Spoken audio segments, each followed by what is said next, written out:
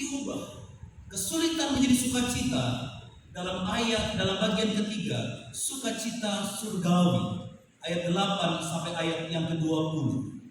Lalu kata malaikat itu kepada para gembala, jangan takut, sebab sesungguhnya aku memberitakan kepadamu kesukaan besar untuk seluruh bangsa. Hari ini telah lahir bagimu juru selamat, yaitu Kristus Tuhan di kota Daud. Dan inilah tandanya bagimu, kamu akan menjumpai seorang bayi dibungkus dengan lampin dan terbaring di dalam palungan. Malaikat menjumpai para gembala. Para gembala mengalami ketakutan yang luar biasa.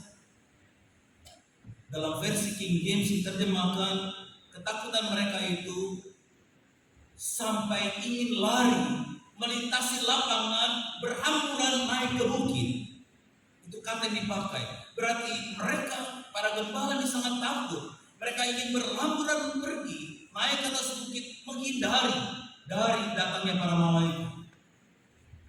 Karena ketika malaikat datang, mereka menjadi takut. Karena biasanya dalam tradisi mereka, malaikat datang berarti kematianlah yang datang. Tapi mereka bertahan untuk mendengar apa yang dikatakan para malaikat. Memiliki keberanian bertahan meskipun mereka takut. Memiliki kebijaksanaan untuk mendengar apa yang dikatakan malaikat. Berita yang disampaikan, jangan takut. Dalam terjemahan sesungguhnya, sungguh-sungguh dapat dipercaya. Malaikat memberitakan kabar baik, kesukaan besar. Kesukaan besar berarti sukacita. Sukaria seperti Yesaya 61 ayat 10. Aku bersukaria di dalam Tuhan. Hidupku dalam kemelut dunia sekitarku kacau balau dan menekanku. Tapi aku bersukacita dalam Tuhan. Itulah yang dikatakan tentang kesukaan besar. Apapun yang terjadi, apapun yang akan terjadi, aku tetap bersukacita karena Tuhan pasti bertindak, Tuhan pasti datang. Itulah yang dikatakan oleh malaikat tentang kesukaan besar.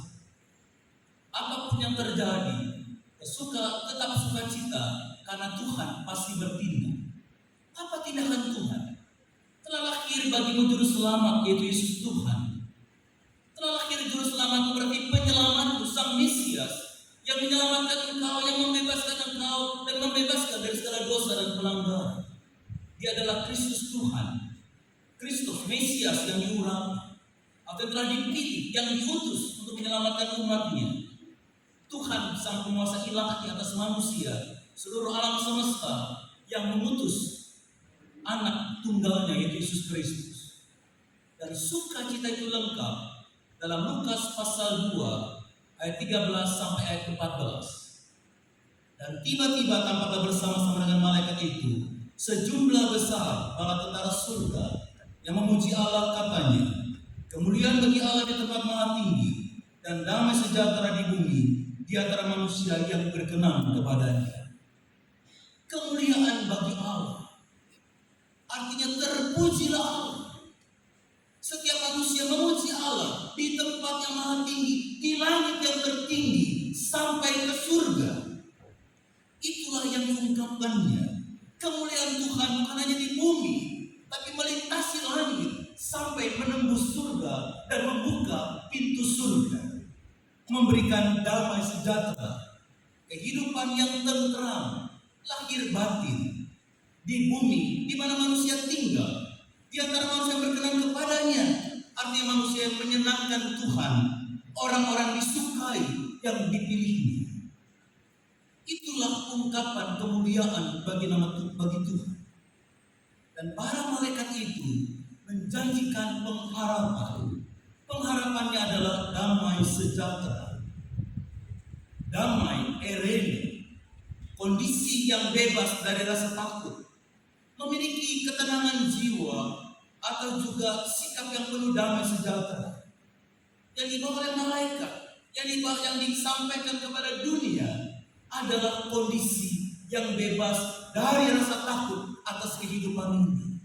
Ketenangan jiwa mengatasi segala apapun yang terjadi, dan hidup yang penuh dengan damai sejahtera. Tidak ada pertengkaran, tidak ada perselisihan, dan adanya damai sejahtera. Adanya shalom Allah. Kesejahteraan, keselamatan. Damai sejahtera berarti shalom. Ketika shalom diucapkan oleh orang-orang Israel, berarti berdoa supaya negeri semuanya baik. Hasil panen menghasilkan kesuburan yang baik. Ada ketentraman, ada kedamaian, tidak ada perselisihan, tidak ada dendam dan iri hati, dan umur yang panjang. Itulah yang dibawa oleh para malaikat untuk bumi dan untuk dunia yang penuh dengan dosa. Apa respon para gembala? Mereka bertindak dengan cepat. Mereka berangkat cepat-cepat untuk menjumpai Maria. Tidak lambat, tidak menunda-nunda. Iman mereka responsif. Segera ambil tindakan, percaya kepada Tuhan, dan pergi lakukan tugas panggilannya. Dia tidak khawatir meninggalkan harta bendanya dan ternaknya. Karena mereka percaya Tuhan akan memeliharanya. Mereka pergi buru-buru bertemu dengan Yesus. Sekalipun ternak, itu mereka tinggalkan. Dan mereka ayat 20 memuji Tuhan dan memuliakan Tuhan. Mengatakan yang baik tentang Allah. Menyatakan perbuatan Tuhan dalam hidup mereka. Dalam situasi apapun, mereka mengucapkan kata-kata hormat kepada Tuhan. Mereka melakukan segala tugas panggilan, memuliakan Tuhan dalam kehidupannya. Itulah makna Natal dalam Lukas pasal 2 ayat 1 sampai 20. Bagaimana sungguh-sungguh damai sejahtera itu datang. Kemuliaan Allah itu diwujudkan melalui kita setiap orang yang percaya.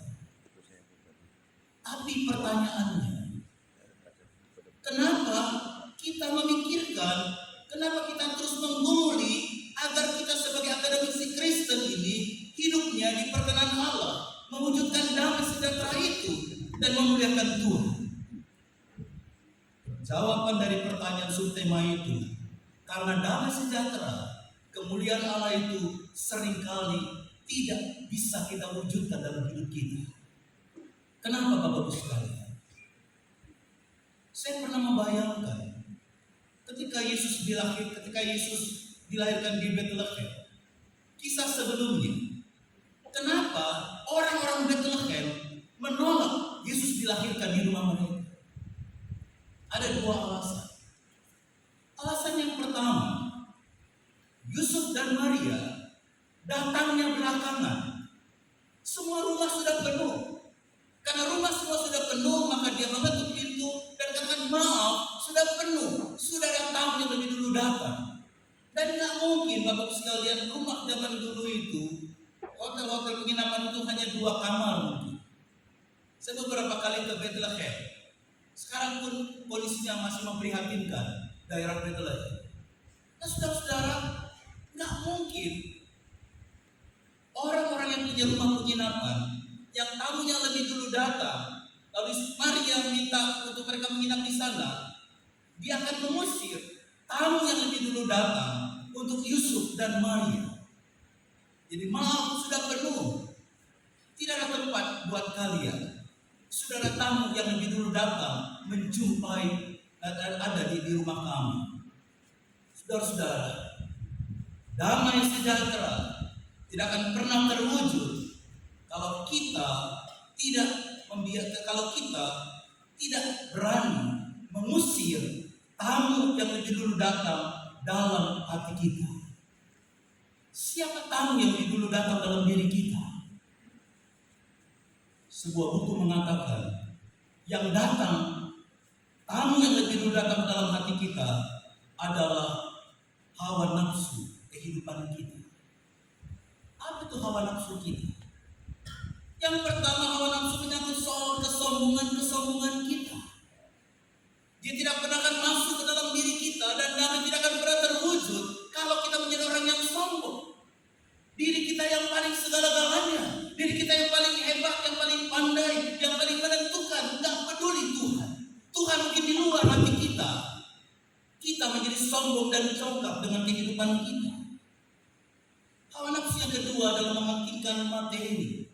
Segala sesuatu kita ukur dengan uang. Segala sesuatu harus buat diri kita. Pelayanan harus mendapatkan uang. Gak pernah damai kita bawa dalam kehidupan jemaat dan umat manusia. Tamu yang begitu datang adalah keinginan daging kita. Keinginan daging berarti menurunkan derajat kita seperti binatang. Kita bertingkah laku, bertindak seperti binatang. Padahal kita gambar Allah, ciptaan Allah yang mulia, yang berharga. Tapi kita merendahkan diri kita dengan bertindak, berbuat seperti binatang dalam tindakan, perbuatan, dan sikap kita. Tak pernah akan terwujud damai sejahtera. Tamu yang begitu datang itu adalah kesukaan kita menyiksa orang lain dengan kata-kata kita, dengan perbuatan kita. Kata-kata kita pedas, kata-kata kita menyakitkan orang lain, tidak peduli orang lain itu. Satu hari Bapak sekalian, orang normal bicara 120.000 kata. Satu kata mendatangkan kutuk, satu kata mendatangkan berkat. Berapa berkat yang kita ucapkan dan berapa kutuk yang kita ucapkan. Tamu yang menjadikan itu bisa juga iri hati kita. Kita tidak suka orang lain beruntung dan berhasil, lalu kita bersyukur dengan orang lain mengalami kemauan. Hawa nafsu kita juga adalah hidup dalam kenikmatan yang berlebihan. Kita jatuh dalam dosa, dalam kenikmatan tidak peduli dengan Tuhan. Dan hawa nafsu kita juga adalah kemalasan kita yang mengatakan besok, nanti, dan akhirnya tidak pernah dikerjakan. Saudara-saudara, tamu itu harus kita usir. Kita harus membuang tamu itu dari hati kita supaya Kristus masuk ke dalam hati kita. Kita pernah lihat gambar Yesus mengetuk pintu. Di kalender ada Yesus yang mengetuk pintu. Bapak sekalian, kalau Anda perhatikan gambar itu, nggak ada grendelnya, nggak ada bukaannya. Kenapa nggak ada bukaannya? Gambar itu aslinya, lukisan aslinya ada di sebuah gereja di London. Kenapa nggak ada grendelnya? Kalau Yesus mengetuk pintu, yang buka bukan Yesus, tapi yang di dalam yang harus membuka pintu itu untuk Yesus masuk ke dalam hati dan dia dilahirkan di rumah kita, di hati kita. Yang kedua, saudara-saudara, kenapa mereka menolak Yesus? Karena mereka tidak tahu siapa bayi yang dikandung oleh Maria. Mereka tidak tahu kalau itu adalah Yesus sang penyelamat. Kalau mereka tahu, mereka akan pasang karpet merah, menyediakan rumah yang bagus buat Yesus dilahirkan. Mereka tidak kenal siapa Yesus. Kita tidak pernah bisa membawa damai sejahtera, tidak bisa memuliakan Tuhan karena kita tidak kenal Yesus. Kita tidak percaya kepada Kristus. Dan kita bukan murid Kristus. Apa bedanya murid Kristus dengan orang Kristen? Saudara-saudara, orang Kristen belum tentu murid. Murid pasti orang Kristen. Murid dalam tradisi orang-orang Yahudi atau murid dalam zaman Yesus punya 5 kriteria. Yang pertama, dia akan memutuskan ikut gurunya sampai mati, apapun yang terjadi. Yang kedua, dia akan melayani seperti gurunya. Yang ketiga, dia akan menghafal, dia akan membaca, dia akan merefleksi kata-kata gurunya. Yang keempat, dia akan mengimitasikan karakter gurunya dalam dirinya. Dan yang kelima, dia akan mencari murid-murid yang lain agar menjadi murid gurunya. Saudara-saudara, percaya Yesus adalah menjadi murid Kristus, bukan orang Kristen. Kita bangga dengan orang Kristen, menjadi orang Kristen, dan gak bangga dengan menjadi murid Kristus. Tapi Yesus mengatakan, aku mencari murid, bukan cari orang Kristen. Setiap kita harus jadi orang Kristen. Dalam sebuah drama, saudara-saudara, drama Natal di sekolah, anggap aja namanya David, kalau yang satu namanya David, dan juga dengan Yusuf dan Maria, ada seorang terlibat dalam peran drama sekolah. Lalu ada seorang bernama Lukas dia berperan sebagai sebagai pemilik penginapan. Dia dilatih oleh gurunya agar benar-benar berani menolak ketika Nabi Yusuf dan Maria datang. Dilatih oleh gurunya dengan mati-matian. Lalu pentas mulai dimainkan di sekolah ini, di Natal sekolah. Dan ketika Yusuf dan Maria menutup pintu, lalu dibukakan pintu oleh Lukas ini, dan dia dengan tangan teteng itu mengatakan, tidak ada tempat di sini, kamu pergi keluar, sudah penuh semuanya. Tolonglah Pak, kami jalan jauh sekali 80 mil, tolong kami ingin menginap, tidak ada tempat, pergi kamu sana jauh. Tolonglah Pak, istri saya sedang hamil, bantulah Pak. Sudah pergi, tidak ada tempat sama sekali. Benar Pak, ya tidak ada tempat, tolonglah Pak, sudah capek sekali kami Pak, sudah mau pingsan Pak, tidak ada tempat, pergi kamu sana. Lalu Yusuf dan Maria dalam peran drama itu pelan-pelan dia keluar, para pintu dia lihat lagi Pak Lukasnya tunduk saja. Lalu Pak Lukasnya melihat Maria dan Yusuf keluar dari panggung itu, dia pelan-pelan, lalu Yusuf dan Maria melihat lagi ke belakang, melihat Pak Lukas. Dan dia mulai dekat pintu keluar panggung itu, terus dia lalu tiba-tiba Pak Lukas mengatakan, Yusuf dan Maria sebentar berhenti. Ada apa Pak Lukas? Semua rumah saya memang sudah penuh, tapi kamar saya kosong. Pakailah kamar saya, Pak Yusuf dan Ibu Maria. Saudara-saudara, semua penonton itu, guru-gurunya kebingungan, dan akhirnya semua penonton berdiri bertepuk tangan untuk Pak Lukas yang menyediakan kamarnya untuk Yusuf dan Maria. Apakah kamar hatimu kosong atau penuh dengan tamu-tamu yang gak penting, yang membuat kita hidup dalam hawa nafsu? Panggillah Maria dan Yusuf untuk Yesus dilahirkan di hati. Selamat Natal dan Tahun Baru. Kita berdoa.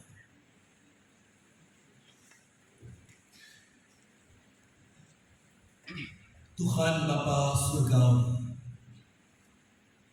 Natal berlalu begitu saja dalam hidup kami. Natal adalah peristiwa tirani kekuasaan Romawi yang kuat yang menekan rakyat. Natal adalah peristiwa penderitaan yang luar biasa dialami Yusuf dan Maria. Penolakan, sukacita akhirnya datang. Natal adalah penyelamat, demonstrasi kasih Allah bagi kami manusia.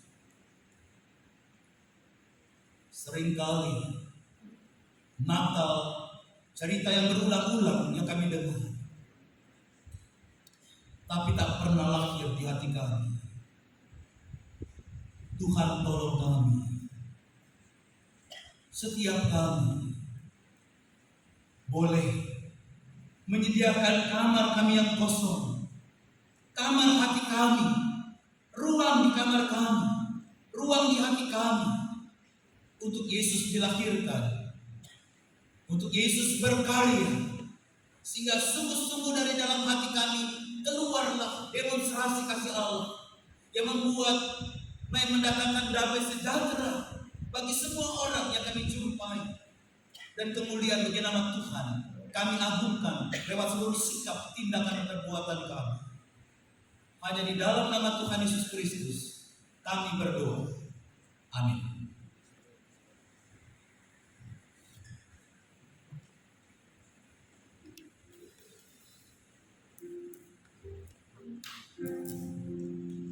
Firman Tuhan yang sangat luar biasa memberkati, menggugah, mendorong kita untuk terus hidup berkenan kepada Tuhan. Terima kasih Pak Pendeta Saproni.